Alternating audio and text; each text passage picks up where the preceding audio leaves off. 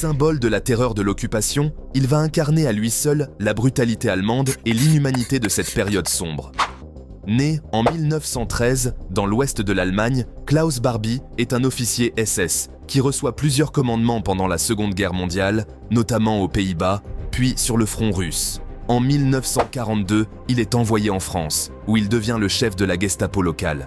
Il est redouté pour sa cruauté. On le surnomme le boucher de Lyon.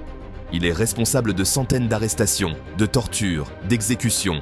Il traque sans relâche les résistants, les juifs et tous les autres opposants. C'est lui qui arrête Jean Moulin, le grand unificateur de la résistance française. Il le torture si violemment que ce dernier en perd la vie. Barbie organise aussi la rafle de familles entières, y compris des enfants, qui seront envoyés vers les camps en Allemagne. Et pourtant, après la guerre, il échappe à la justice. Il est récupéré par les services secrets américains, qui utilisent de ses compétences dans le contexte de la guerre froide.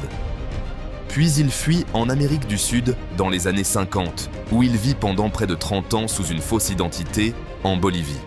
Ce n'est qu'en 1983, grâce à une traque acharnée de militants et d'avocats français, que Barbie est extradé vers la France. Son procès s'ouvre en 1987. C'est le premier procès français pour crime contre l'humanité. Klaus Barbie est froid, imperturbable. Il ne montre aucun remords.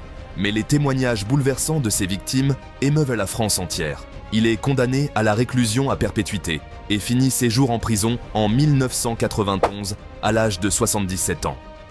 Klaus Barbie pensait avoir échappé à l'histoire, mais l'histoire, elle, ne l'a jamais oublié.